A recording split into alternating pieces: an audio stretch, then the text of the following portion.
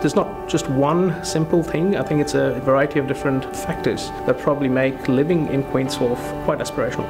You feel part of the integrated resort, but at the same time you still have your own distinct identity. There'll only be one tower, residential tower, sitting on top of the global tourism hub. There's 650 apartments, and when they're gone, they're gone. It is a fully integrated piece of architecture in that it has access to all of the first-class international facilities you'd expect. But uniquely, its address, if you're living there, actually has its own distinct doorway onto a city street, and so there is that sense that it is something in and of itself. So it is quite a unique proposition from that perspective. It really starts from the arrival experience for the residents.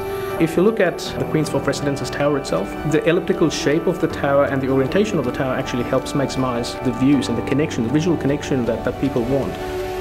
Going back to the original architectural narrative of the gorge, it references a sheer sculpted cliff which rises above the gorge with integrated greenery at the base within the sedimentary cracks of the gorge. It's got a great location, really. I mean, there are very few other opportunities that would allow you to have a view to the heritage listed botanic gardens, to see the river, to be able to walk to South Bank, to walk to a new Cross River railway station and get anywhere in southeast Queensland very, very easily. So all of those things are on the doorstep of the Queen's Wharf Residences, and I think that's a very unique proposition. We're so excited to be involved in Queen's Wharf. It's going to definitely be a landmark project within Queensland and Australia for many years to come. We really wanted to make our apartment design quintessentially Queensland. So that involved making sure our apartment design had great connections to the outside.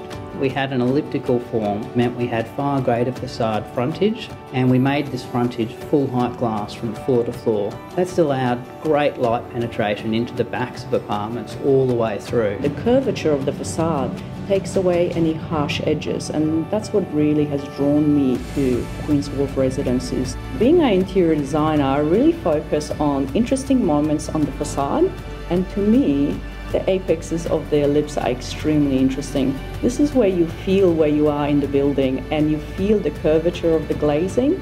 Those apartments are extremely dynamic. We've really taken care in our planning as well as our finishes to make sure we're bringing that feeling of home. How that manifests itself within the apartments is through fine detailing, fine shadow lines, recessed pools that go full height.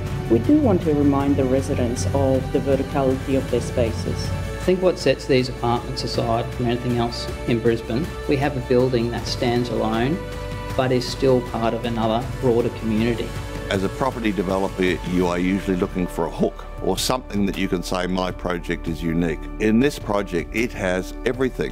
Why wouldn't you want to live here? Can't wait for the day to get onto the sky deck and celebrate. You can imagine sipping a gin and tonic with the sun setting behind Mount Cootha. I think it'll be truly phenomenal.